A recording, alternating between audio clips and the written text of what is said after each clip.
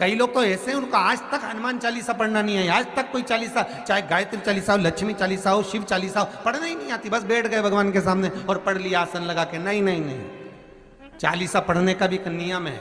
अगर कोई लक्ष्य लेकर पढ़ रहे हो तो उसका एक नियम है। पूरी जिंदगी पढ़ते रहोगे तो भगवान की प्राप्ति नहीं है, पर लक्ष्य लेकर अगर पढ़ा है आसन से, जिस भगवान की चालीसा पढ़ रहे हो उसकी मूर्ति या उसका फोटो आपके सामने होना चाहिए। एक घी का दिया, अगर हनुमान चालीसा पढ़ रहे हो तो या तो घी का दिया जलाओ, वो भी गाय के घी का हो, भैंस के घी का मत जलाना। हनुमान जी कभी प्रकट नहीं होंगे भैंस के घी से। घी का दिया लगाइए अगर चालीसा का पाठ कर रहे हो हनुमान जी का। और बहुत ज्यादा संकट है, बहुत ज्यादा परेशानी है तो हनुमान चालीसा का पाठ करो तो तिल्ली के तेल का दिया लगाओ, काली तिल के तेल का दिया, तिल का तेल का दिया हनुमान जी के सामने आसन बिछाकर।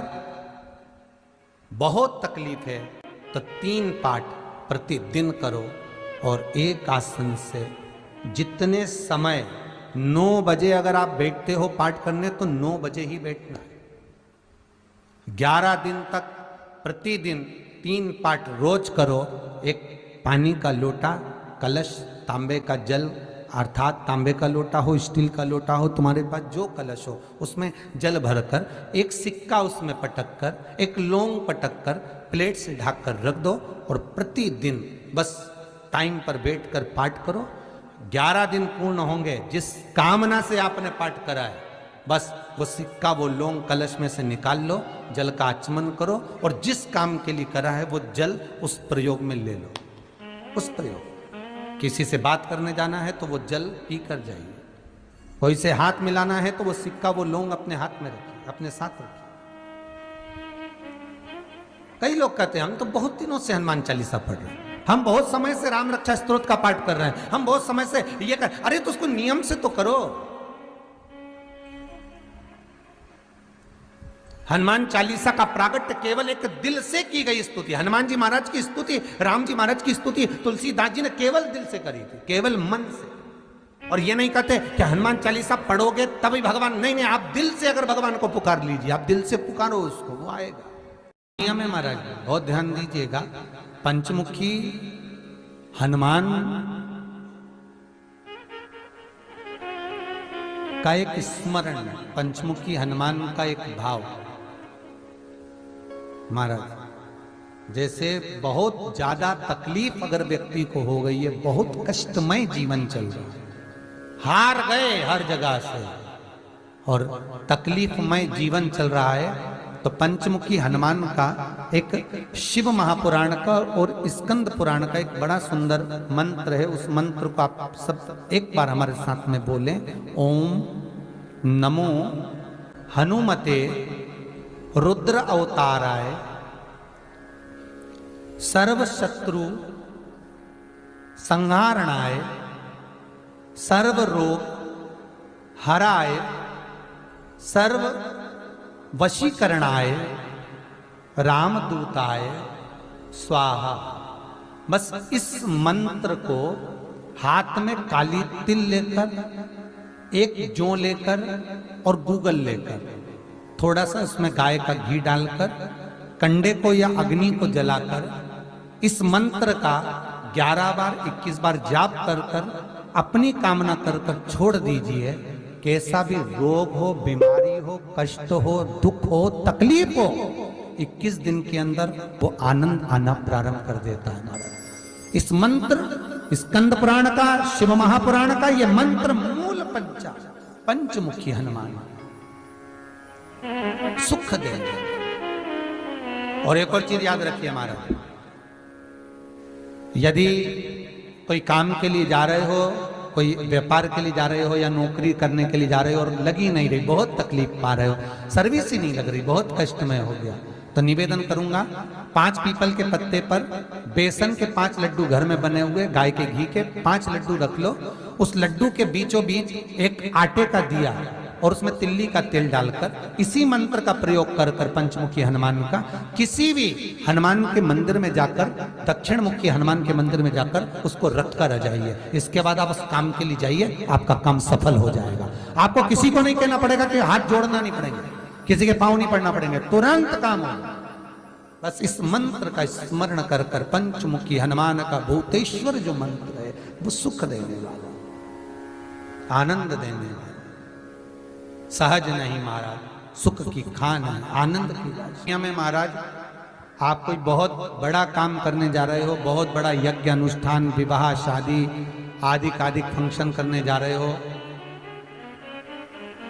4 दिन 8 दिन के लिए आप घर से बाहर जा रहे हो और आपको लगता है कि घर में ताला कैसे लगाएं, तो निवेदन है एक तांबे के कलश में जल भर लीजिए और जल भरकर उसमें थोड़ी सी काली तिल डाल दीजिए, भूतेश्वर शिव का नाम लेकर।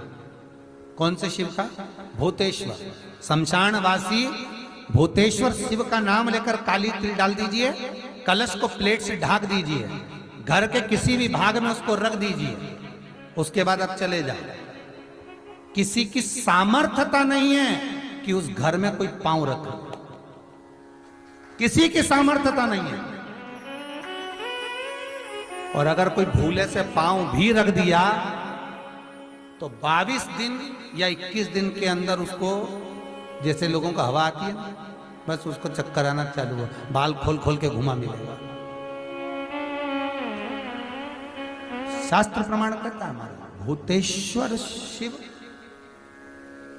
ये कलश जो होता है ना, जल का जो पात्र होता है, ये साधारण नहीं होता, सहज नहीं होता महाराज। जैसे आज आपने मेरी लाज रखी, रक्षा करी और किसी को आने नहीं दिया, विनती स्वीकार करना।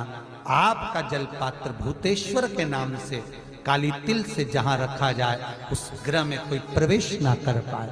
शिव जी ने वचन दे दिया, मेरी चंडियां 64 योगनियां, डाकनी, पिशाचनी, चुड़ैल और भूत इस कलश के विराजमान होते ही सर्वस्व फैल जाते हैं, फिर अंदर कोई नहीं आ सकता, भीतर प्रवेश नहीं हो सकता।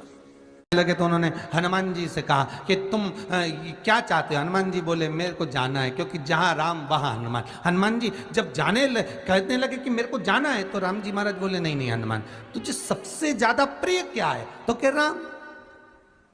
तो हनुमान तू कह रहा है सबसे ज्यादा प्रिय है राम, प्रिय है, तो एक बार जिस समय देवऋषि नारद का अपमान हुआ, विश्वामित्र बाबा का अपमान हुआ, उस समय पर एक राजा ने जब अपमान करा तो तूने उसको राम नाम लिखकर एक जगह पर बिठा दिया और कहा कि तू राम नाम जपते रहे। उसने राम नाम जपा। तब हनुमान याद कर, मेरे सम्मुख में तू खड़ा था और युद्ध होने वाला था, तो तूने क्या कहा था?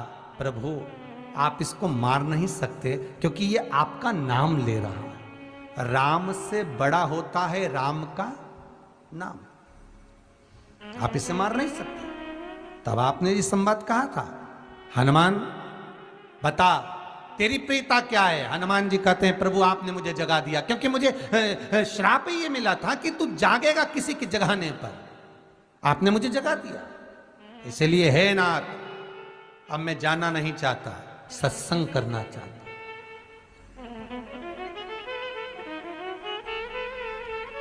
श्री राम जी का चरित्र है। अब मैं सत्संग करूंगा, भजन करूंगा, नाम जाप करूंगा। पर राम जी जानते हैं हनुमान से कहा, हनुमान मेरा जाने का समय आ गया, मुझे तो जाना पड़ेगा ना। सीता पृथ्वी में चली गई, मुझे भी जाना है। मैं सरयू के जल में अपने प्राणों को त्यागूंगा, मानव का शरीर है, इसको त्यागना तो पड़ेगा ना हनुमान। हनुमान जी बोले तो त्याग दो, त्यागने में क्या दिक्कत है, त्यागो आप तो। पर दिक्कत एक बहुत बड़ी है।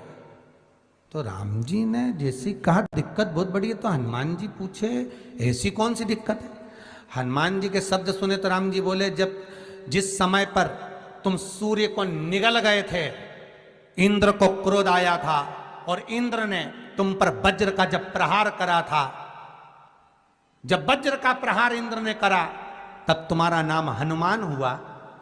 तब सारे देवी देवताओं ने तुम्हें वर प्रदान करा।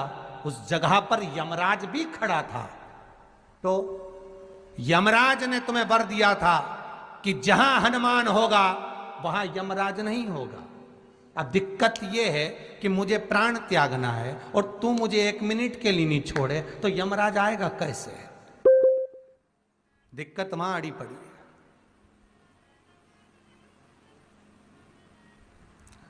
हनुमान जी मुस्कुरा के बोले राम जी महाराज से, प्रभु मैं आपके बिना रह नहीं सकता। तो राम जी बोले, मैं भी जानता हूं कि तू मेरे बिना नहीं रह सकता, पर एक काम तो कर सकता है ना। क्या? मैं अगर कोई काम बताऊंगा तो तू करेगा कि नहीं करेगा? हनुमान जी बोले, आपका काम और मैं ना करूं, ऐसा कभी हुआ है? जरूर करूंगा। ठीक है। बस अब राम जी महाराज ने सोच लिया कि हनुमान को जाने से पहले काम पर लगाना। अब वो कौन सा काम था? बोलो रे भाई। हनुमान जी को कहां काम पर लगाया राम जी ने? किस जगह पर काम पर लगाया? अरे सभी ने रामचरितमानस सुनी है, खूब सुनी, जल्दी बताओ। राम जी महाराज ने प्राण त्यागते समय, सरयू जी में प्राणों को देते समय राम जी ने हनुमान जी को किस काम में लगाया था कि राम जी ने अपने हाथ की एक मुद्रिका जिस पे राम लिखा हुआ था, वो मुद्रिका एक अयोध्या की एक सरंग में जमीन में डाल दिया और हनुमान से कहा जरा ढूंढ के लेके आ, मैं अभी घूम कर आया। और हनुमान जी तलातल रसातल भूमि के नीचे पताल में चले गए उस मुद्रिका को ढूंढने के लिए जिस पे राम लिखा है। और हनुमान जी पूछते भी जा रहे हैं, राम कहाँ है? राम की मुद्रिका पड़ी थी, राम की अंगूठी है। अब राम का ही सत्संग करते करते जा रहे हैं और राम जी चले गए सरयू, क्योंकि हनुमान अगर होगा तो यमराज नहीं आ सकता। हनुमान को यहां से हटाना पड़ेगा तब यमराज लेने के लिए आ सकता, तब यम आए। और क्योंकि यम अपने नियम को धारण करेगा, चाहे कृष्ण हो चाहे राम। वही बात फिर याद कर लीजिए, अच्छा कर्म करिए, कर्म का दंड तो भगवान को भी भोगना पड़ता है। अगर कोई अदालत में केस चल रहा है, बहुत बड़ी समस्या में आप पड़ गए, बहुत बड़ा टेंशन बिल्कुल आकर खड़ा हो गया है, तो चंदन, एक लाल चंदन बाजार में मिलता है, पूजन वालों के यहाँ पूछना, लाल चंदन आता। वो लाल चंदन को घिस कर उसमें थोड़ा सा तिल्ली का तेल डालकर महाराज हाथ में चंदन को लेकर शिवलिंग पर लगाएं और बड़ के पेड़ के नीचे, बड़ के जड़ में जाकर बटकेश्वर महादेव का नाम लेकर उस चंदन को लगाएं। उसी चंदन का हाथ किसी रुमाल पर लगा लीजिए और उस रुमाल को जेब में रखकर कोई बहुत ज़्यादा दिक्कत और परेशानी है उस स्थान पर उसको लेकर बैठ जाइए। मन को भी शांति होगी, कार्य भी सफल होगा और सफलता प्राप्त होगी। बस तुमरुका जी का नाम का उसमें स्मरण करना है, कोई सहज नाम नहीं है। फिर निवेदन करूंगा, नारी अगर बच्चे को जन्म देती है और बच्चा 4 महीना 6 महीने तक गर्भ में रहता है, उसके बाद अवर्षण हो जाता है, तो एक नरियल पर, श्रीफल पर स्त्री के हाइट की मोली, मोली मतलब नाड़ा जो हाथ में बांधते हैं, लच्छा, उसको नाप लीजिए और तुमरुका जी का नाम लेकर उस नरियल पर लपेट कर अपना नाम और गोत्र बोलकर शंकर जी के शिवलिंग के पास में जो जलाधारी होती है चारों तरफ शिवलिंग के पास में, वहां रख दीजिए। शिव के शिवलिंग का स्पर्श करिए, एक बेलपत्र उठाकर मंदिर की चौखट पर खा लो, तुमरुका जी का नाम लेकर। महाराज होने वाला जो बच्चा है वो पूर्ण होगा, बीच में अवर्षण नहीं होगा, बच्चा समाप्त नहीं होगा महाराज, और स्वस्थ उत्पन्न हो। ये तुमरुका जी का नाम जीवन में सुख की अनुभूति कराने वाला है, आनंद की अनुभूति कराने।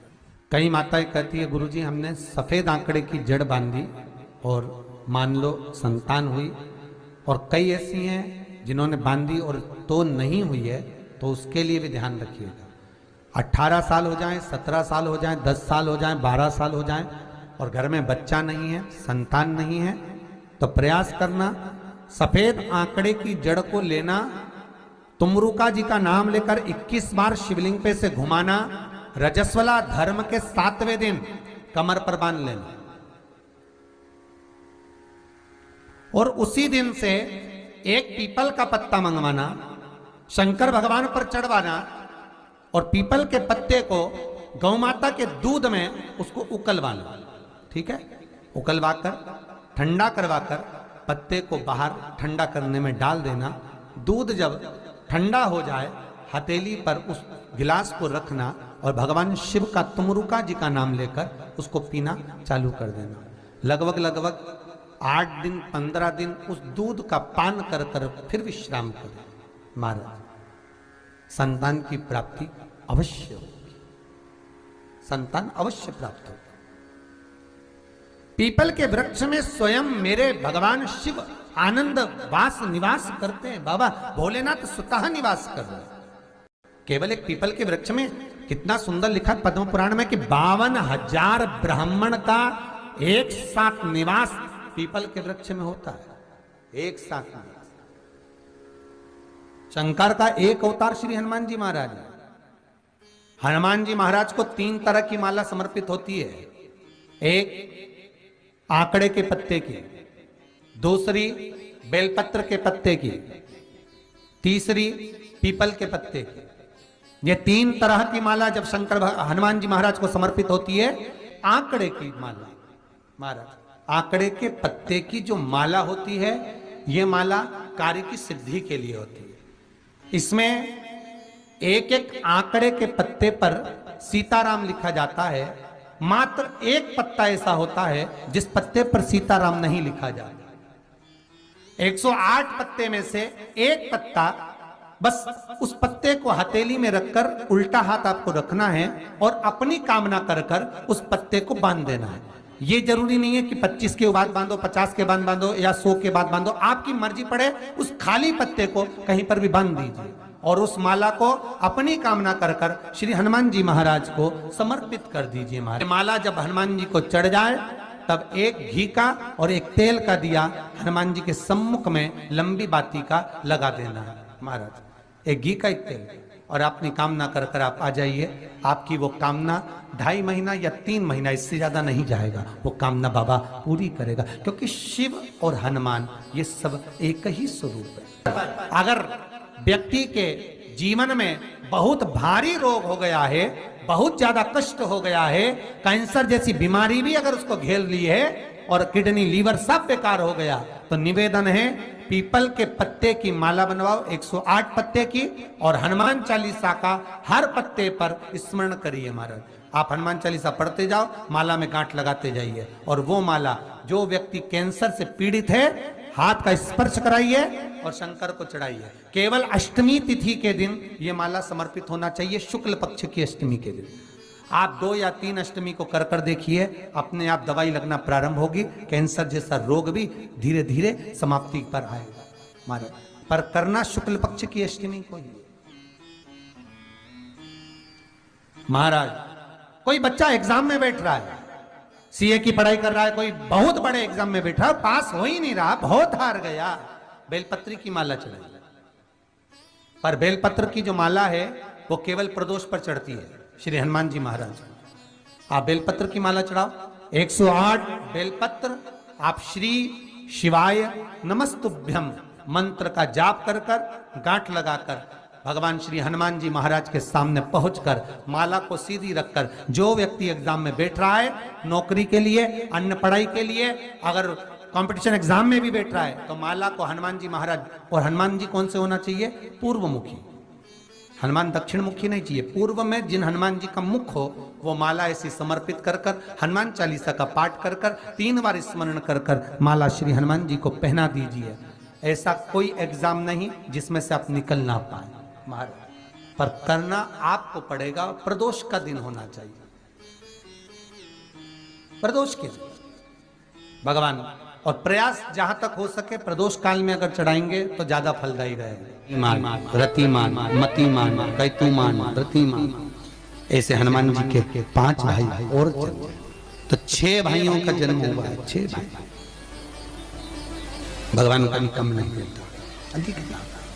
और आज भी नियम है महाराज, जिसकी फैक्ट्री नहीं चलती हो, प्रॉपर्टी की आप खरीदारी बेचादारी करते हो, प्रॉपर्टी से जुड़ा हुआ काम करते हो, या लोहे से जुड़ा हुआ करते हो या फैक्ट्री आदि का कर्म करते हो, कोई मैन्युफैक्चरिंग करते हो, वो नहीं चल रहा, तो हनुमान जी के उल्टे पांव का सिंदूर लीजिए और हनुमान जी के दूसरे नंबर के भाई गतिमान का नाम लीजिए। किसका नाम लेना है? गतिमान। गतिमान का नाम लेकर फैक्ट्री के बाहर या फैक्ट्री पर एक स्वस्तिक का निर्माण कर दीजिए, हनुमान जी के उल्टे पांव के सिंदूर और गतिमान का नाम लेकर। कभी आपकी फैक्ट्री कोई काम नहीं निकालेगी, उन्नति की ओर ही निकल जाएगी, कभी घाटे की ओर नहीं जाएगी। गतिमान का नाम, रतिमान, केतुमान, मतिमान, ये जितने भी नाम है हनुमान जी के भाइयों के, ये सब कल्याण करते हैं। एक एक नाम कल्याण करते हमारे, एक एक।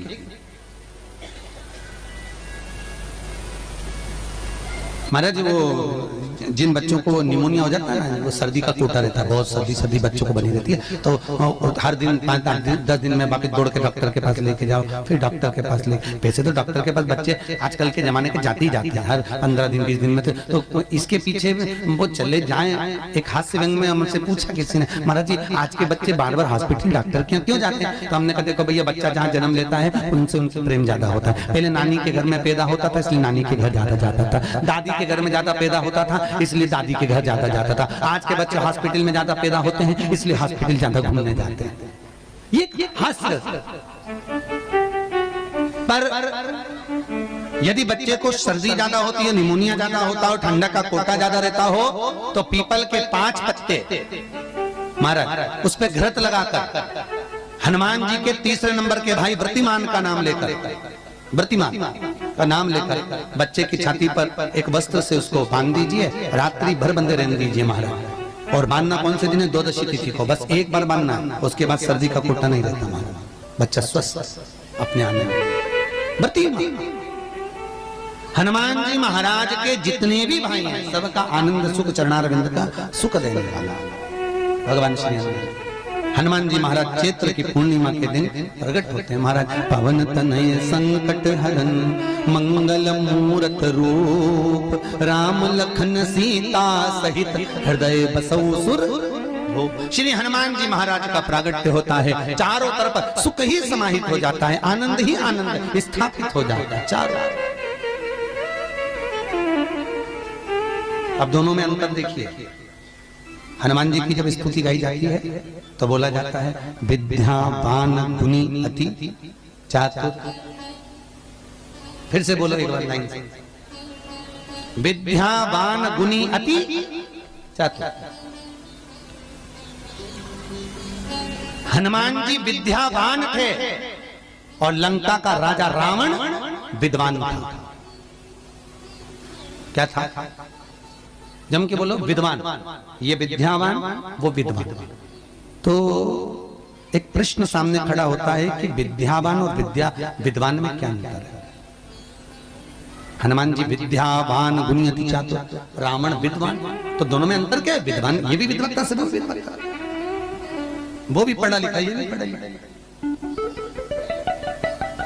अष्ट सिद्धि नवनिधि उनके पास में, इसके पास। तो फिर अंतर क्या है? तो शिव महापुराण की कथा कहती है, जिस व्यक्ति को पढ़ कर विद्या अर्जन कर खूब पढ़ाई करते करते करते करते करते करते अच्छा पद जब मिल जाता है और उसको जब अहंकार आ जाता है तो वो विद्वान हो जाता है। और जिसको पढ़ कर खूब अच्छी सिंहासन भी मिल गया, उसके बाद भी उसका चित्त वृत्ति नम्र होता चले जाता है, तो वो विद्यावान हो गया। विद्वान में अहंकार है, विद्यावान में नम्रता है। बहुत ध्यान देना हमारा। कई लोगों को पढ़े लिखे थे अप टू डेट बन के हमारे बराबर कोई अहंकार आ गया, मतलब तुम विद्वान हो, बहुत विद्वान हो, मना नहीं है, तुम्हारे में विद्वत्ता की कमी नहीं है, सारे वेद पुराण शास्त्र सब तुम्हारे में भरे हुए हैं, सारी पढ़ाई लिखाई तुमने भरी हुई है, तुम बहुत विद्वान हो। पर विद्वत्ता अहंकार को लेकर जाती है, और विद्यावान का जो विद्या को ग्रहण करता है उसके भीतर नम्रता आती चली जाती है। नम्रता, कोई कोई व्यक्ति ऐसा होता है जिसके पास भगवान पैसा खूब देता है तो उसको नम्रता देता है, खूब नम्रता, इतना प्रेम से बोलेगा, इतना मीठा बोलेगा, और बोलो साहब और मेरे लिए कोई सेवा हो तो बता दो, और बोलिए साहब, इतनी नम्रता। और किसी किसी के पास में अहंकार इतना ज्यादा आ जाता है धन के साथ में कि वो किसी को गिनते ही नहीं, बिल्कुल ऐसा लगे जैसे भेरू पे सिंदूर चढ़ा, एकदम कड़ा गिनते। तो दोनों में अंतर है, दोनों। नम्रता अगर आपके भीतर पढ़ाई लिखाई के साथ में, विद्या के साथ में आ रही है तो समझ मत। कितना सुंदर कहा रामकृष्ण परमहंस जी ने। रामकृष्ण परमहंस जी से स्वामी विवेकानंद जी ने पूछा, आपकी निगाह में खूब पढ़ा लिखा व्यक्ति कैसा होता है? रामकृष्ण परमहंस कहने लगे, जीरो। कैसा होता है? शून्य। स्वामी विवेकानंद ने फिर रामकृष्ण परमहंस से पूछा, आपकी दृष्टि में बहुत पढ़ा लिखा, बहुत पैसे वाला धनपति व्यक्ति कैसा होता है? रामकृष्ण परमहंस जी ने कहा, डबल शून्य, डबल जीरो। स्वामी विवेकानंद जी ने फिर पूछा रामकृष्ण परमहंस जी से, गुरुदेव आपकी दृष्टि में पढ़ा लिखा व्यक्ति, बहुत धनपति, सब ज्ञान में निपुण, वो व्यक्ति कैसा होता है? रामकृष्ण परमहंस ने कहा, ट्रिपल जीरो, 3 शून्य। स्वामी विवेकानंद ने कहा, गुरुजी अगर ये सब शून्य की गिनती में आ गए तो कीमत किसकी होगी? रामकृष्ण परमहंस जी ने कहा, सारे ज्ञान प्राप्त करने के बाद जो झुकना नहीं जानता, नम्रता नहीं जानता, वो जीरो के बराबर ही होता है। और जिसके पास में धन भी है, विद्या भी है, सारी निपुणता है, और जिसके भीतर नम्रता बनी हुई है, उसके आगे एक लगा दिया जाए तो वो करोड़ों की गिनती में हो जाता है। उसके आगे एक का। कई लोग बड़ी अभिमतता में जीते, मैं मेरे बराबर कोई नहीं। और जो मैं करके मर जाता है, अगला जन्म बकरा बकरी का हो जाता है, मैं करता फिरता है। छुपकली और बकरा बकरी दोनों पहचान जाओ, बहुत परिचित है। तुम्हारे दरवाजे पर भी कोई बकरा बकरी दिखे तो समझ लेना तुम्हारा रिश्तेदार आया है। मैं करके मर गया, मेरा घर, मेरी परिवार, मेरा कुटुंब, मेरी घर, मेरी गाड़ी, मेरा बंगला, मेरा मेरा मेरा करके मरा, बकरा बकरी। मैं तत्व में अभिमतता।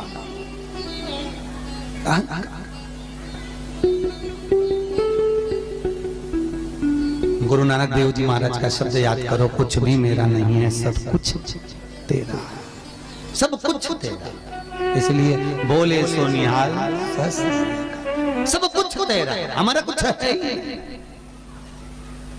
हमारे भीतर कुछ है तो वो परमात्मा।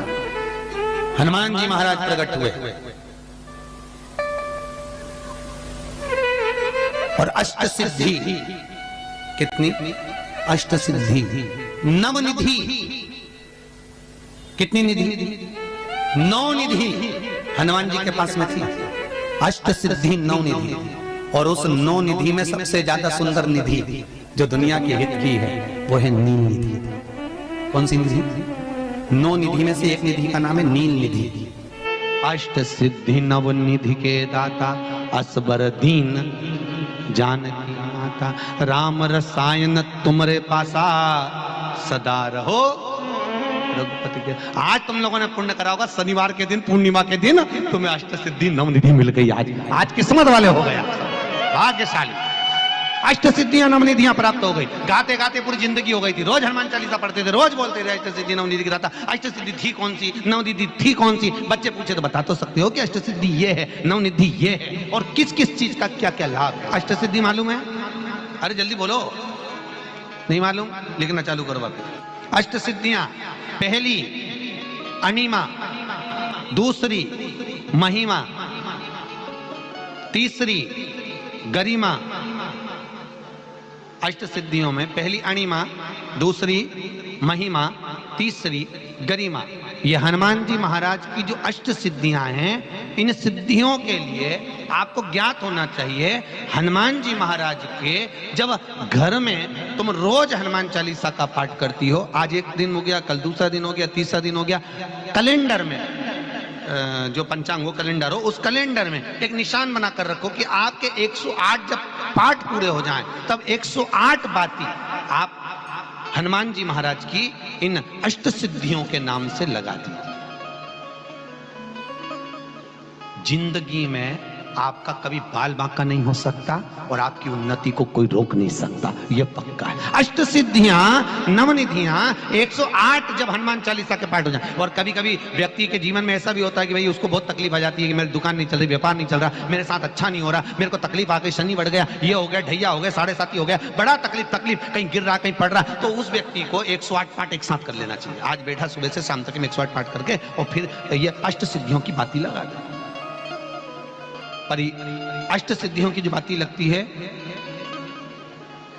घृत में है, घी घृत, अष्ट सिद्धि, तो ये बाती, तो पहली अणिमा सिद्धि, दूसरी महिमा, तीसरी गरिमा, चौथी लघिमा, चौथी लघिमा, पांचवी प्राप्ति,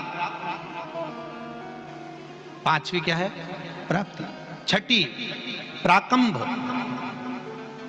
छठी है प्राकंभ।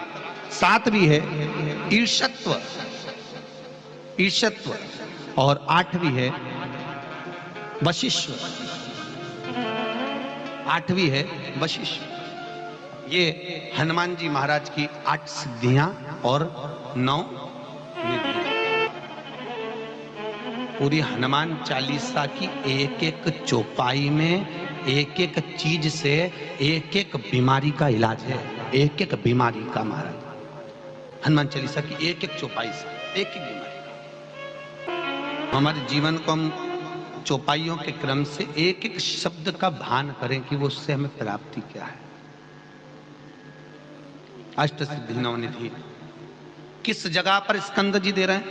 नवनिधियां जहां पर सेतु बंद हुआ है, जहां पर सेतु, तो आप रामेश्वर जाएं, पुराने डाकघर के पास में आज भी 9 शिलाएं नवनिधि के लिए स्कंद देव ने वहां विराजमान करी थी।